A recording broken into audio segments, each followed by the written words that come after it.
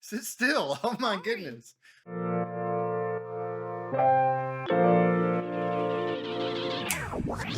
What is going on, guys? Welcome to The Reformed Reader, the channel where we review different forms of media through the lens of a Christian who is under the authority of the scriptures. And today, I've got a special treat for you because we are going to be doing a review with a special guest, my son.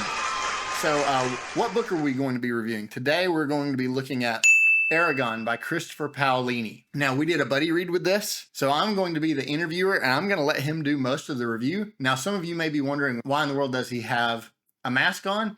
And it is simply because there's a bunch of weirdos out there on the internet, and it is my job as his dad to protect him in all ways, and so I'm not going to expose him to that, so I'm going to protect him even with this. You guys don't have to know what he looks like for him to do a review, so he is going to be doing the review for the most part. I'm just going to be here for the ride for the most part. So the way I normally structure these reviews is we go over the good, the bad, and the ugly. So let's talk about the good first. What were some of the things we liked about this book? Let's start with the characters. So who were some of the characters that you liked? I liked Eragon, and I also liked Murtagh and Brom. Okay, so let's get into Eragon a little bit. So what did you like about him?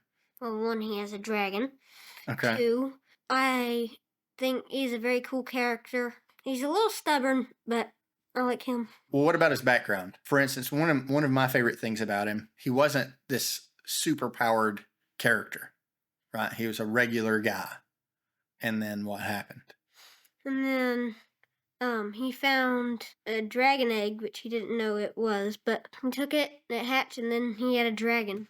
And then we find out a little bit later that he was chosen to not just receive the egg, but he was chosen for the egg to hatch for him. This is our typical, what most of our viewers would call our typical dragon rider fantasy, where there's a connection with the person and the dragon, and it's not just a connection like, oh, he's friends with it, but like there's more of a connection. There's sort of like a magical connection where their minds are synced up and they experience things the same or with each other. So yeah, Eragon was pretty cool. You said Brom.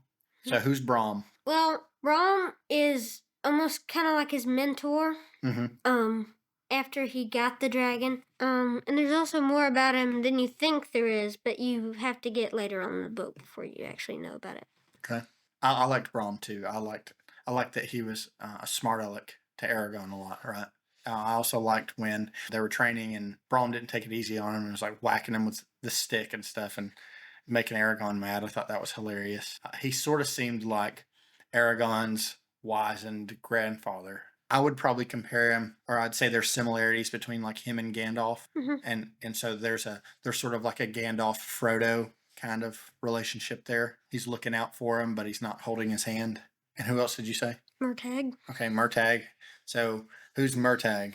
Murtagh's basically, after the second half of the book, he's more of the second main character. I liked him a lot. He was kind of an anti-hero. He wasn't very nice at first, and he has a really cool backstory. Yep.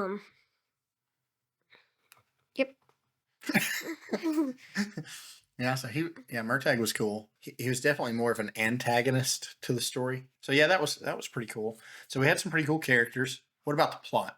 I thought that there could have been a little more action in it, maybe. There was like 12 chapters of them just traveling and talking. So that was kind of boring. Yeah, I thought the plot was pretty good. You said it's very much like Star Wars. I would say this first book is very much like A New Hope, probably from start to finish, because we definitely see him as farm boy that knows nothing. He's thrown into this world. Then he has to make some decisions. Some things occur to him where he's forced into this position where now he has to become this dragon rider, that he has to become this hero. And then by the end of the book, while we get a conclusion of this plot line, it's still open-ended, meaning there's definitely more that's going to happen, but there was enough of a conclusion that we could close the book and be satisfied with it for the time being. What did you think about the plot? Did you think it was good? It was bad? It was fine? It was good. Let's talk about the world. Seems very similar to Fellowship to me, because they kind of start this little farm village and they work their way across the river, work their way into the mountains. What did you think? That was good. What are some other things you liked? I thought the Razak is what they're called. I thought they were very cool. Creepy. You know more about them in the second book, but that's kind of like Fellowship, like when the ring race came looking for him. That's kind of what that was like. I did like them, and then the bad guy's cool.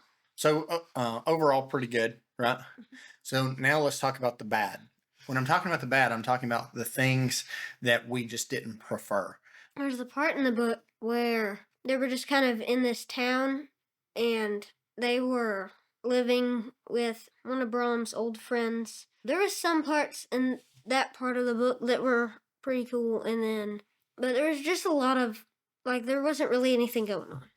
Yeah, I would definitely say you could tell that he knows what he has in mind for the future of the story, and so that part he was definitely setting some of that up, right? Some of the prophecy and stuff that you learn about, but you could tell with that he was setting things up for the next couple of books, or maybe even the end of the story. I will say, just to defend him a little bit, I think he was like 17 when he wrote this book. There's a lot of similarities with Lord of the Rings and Star Wars, and you can definitely see that. And you can also see some holes in his writing, where you're kind of like, eh. Or even in some of the dialogue, like some when they're talking, there were some things that they would say that I'm like, I don't know that they would say that in this setting. You know, those things can pull you out of the story a little bit. And when I'm reading a book, I like to open it, and it seems like I'm diving into the world, like I'm actually there. When I'm reading it, it's like I'm there witnessing it. And so little things like that does pull you out of it a little bit. Otherwise, there wasn't really a lot about, like, there wasn't really anything that was just like, oh, that part stunk, or that character was really bad. There were some things about Murtagh that I thought were a little stale, but otherwise, I didn't really think there was anything that bad. So that leads us to what I call the ugly, which is what is some sin, or what could be anything that is sinful in the book that might hold another Christian back from reading this. Because my son's 11 years old, and he read this, and I felt comfortable with him reading this. He's well-versed reader. Like he reads quite a bit. So I felt comfortable with him reading this, not just with the complexity of the book, but with the content in the book. But there's a few things in there that somebody might be uncomfortable with, and really I would say this is for like moms or dads that are looking for a book for their little boy or girl to read. What would be some things that me or mom would want to caution other parents about that's in this book? There is a little cussing in it. Mostly it's in the first part of the book, but mainly if they swear, they mostly just say, and he swore. Yeah, which I prefer, right? And I think they could have done that in every, like, there was never a need for the swearing to be in there. They could have just listed it as that. Or I like some of the books that I read where there's you're in a completely different world. They have different words that are swear words that aren't swear words to us. For instance, like the Stormlight Archive, they use the word storms as a curse. They say, like that storming man or whatever. And so I think that's a clever way to emphasize somebody's language or vernacular without them actually swearing and us being exposed to that. I would also say the swearing is what we would probably label it as like a PG movie, right? So it's not Guardians of the Galaxy level, but it would be something that you would hear on like a TV show, probably. We like to refer to them as pawpaw words, as the words you might hear your pawpaw say when he's working on the vehicle. So it's nothing extreme, but it is present. What else would you say? I would say murder is one, right? I mean, there's some killing in there. There's quite a bit, and it's descriptive but not explicit. And what I mean is, it tells you what happens, but it doesn't get nasty. Like, there is a part that's kind of in like the first third of the book where there is some brutal things in there. Yeah, I know what you're talking about.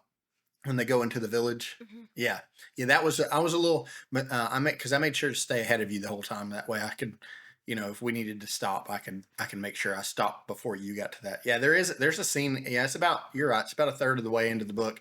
They enter into this village, and there are some brutal things that were done to the people there. Some evil things, and it is descriptive, and so be aware of that. and they probably made, I mean, they made me feel a little uncomfortable, so I'm sure it made you feel a little uncomfortable. But that was the intent, right? It was the intent of Christopher Paolini to make us uncomfortable reading that, because he wanted to show us how evil and wicked the bad guys were, essentially. Because before that, we just read about these guys are bad, and then it didn't really tell us. It's like, well, they're bad guys because let me tell you some history, but you didn't really get to see it.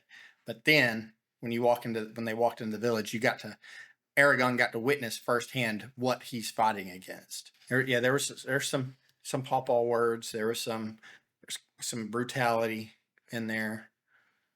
There wasn't really anything else, I don't think. Yeah. Otherwise, I don't think there was really a whole lot in there.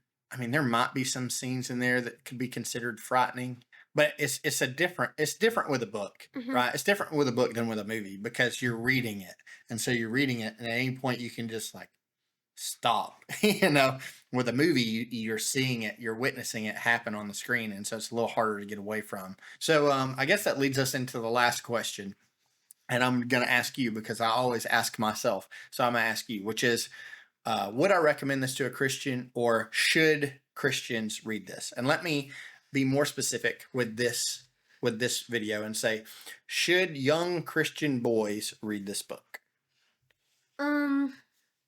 It depends on who it is. See, I knew I raised him right, because that's the answer I give with pretty much every one of these. Is it depends? Yeah, I would agree with you. So let's start with, who would you recommend this to?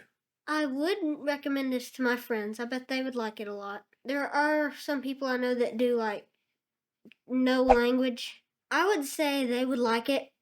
So I would say probably yes. A lot of your friends, James and Eli, Like it. Judah would really like this because he's a big Lord of the Rings guy. But like you said, we do have some friends that want no language in anything. They don't even like to get into the brutality of things. Sometimes Lord of the Rings, like them sitting down watching Lord of the Rings, is a little too violent for their kids. And so I would not recommend this to those people. And so it really depends. And so I think this would take, if I was to sit down with mom or dad, particularly dad. So if I'm sitting down with another dad that has a son about the same age, I would probably just ask a lot of questions. I would say, like, what kind of things do you like? Do you like magic in your books? Do you like dragons? Do you like sword fighting? I'd probably start with, hey, do you guys like the Lord of the Rings movies? And if they say yes, I would have a pretty good indicator of whether or not they would like this book. And I could go from there probably. And so I'd say, do you guys like Lord of the Rings? Do you like Star Wars? If you like those, you'll probably like this. But before you open the book, we need to tell you, there's a couple of swear words in here, a couple of them pawpaw words, and then there's some brutality in there, and maybe even open it up to the dad and show him and say, here's what's in here. That way you can make the call for your son. I think it's always a good idea to get it out front of saying, here's everything that condemning about this piece of work, and then make your judgment off of that. Because I would rather somebody err on the side of caution and say, maybe that's not for me, than to start reading it and then realize halfway into it that they maybe shouldn't have picked it up. So yeah, I think I would probably try to damage the reputation as much as possible of the book. And if you still don't have any reservations about it, then I would say go for it. It's probably for you, probably for your son. Dads, I would definitely say read it first. And if you guys are looking for a book for your son that loves the magical worlds of dragons and sword fighting and good versus evil and that kind of stuff, and you're like, I got to read a book first, you should want your son to read. And the way you're going to get your kids to read is if you sit down and start reading. You can't expect your kids to love reading if you and your spouse don't love reading. I'm not saying they won't. I'm just saying it's going to be hard for you to expect that. Similarly to somebody whose dad loves basketball. If the father loves basketball, it's going to be much more likely that the son does. So if you want your kid to pick up reading, you're going to have to pick up reading. So I would recommend picking this book up for the dad, and then you make the judgment call for your son whether or not they would be interested in it. So let's just say overall, did you like the book? Did you think it was good? Yes. If you like Star Wars If you like The Lord of the Rings, I would say pick this up. So for young readers, would we recommend this to Christians? It depends. Depends on who it is. Depends on their convictions, the severity of those convictions. Right? What about for adults? I would say they would like it, probably. Yeah. For an adult, I don't think there's anything in here convictionally that would hold them back. For an adult Christian, I would actually really recommend this book for an adult reader that is trying to get into reading. Like this would, if I picked this up, if this would have been the first book that I picked up as an adult reading, I would probably absolutely love this. The problem for me is that I've read so many books now that are similar that it seems like I'm reading the same story. But yeah, this would definitely, for a new reader, this would be an excellent book, I think. Thanks to my boy for coming on, wanting to do a buddy read with me and wanting to shoot this video with me. And we'll probably have him back again before too long, get him to help us out with some of these videos. So we appreciate you guys watching. Please subscribe to the channel if you haven't already. It does help us out. And hit the like button if you liked having my son on here. I'm going to shame you if you've watched this and you've gotten this far and you haven't clicked the like button because he's here. He's going to feel bad that you did not click it. So make sure you click that like button. Again, it does help us out. But most of all, guys, please share this video to your Christian brothers and sisters, especially those with young readers. We want to be a good resource to our Christian brothers and sisters so that maybe they can spend their time, money, and energy on things that do not dishonor the Lord. Thank you guys so much for watching, and we'll see you on the next one.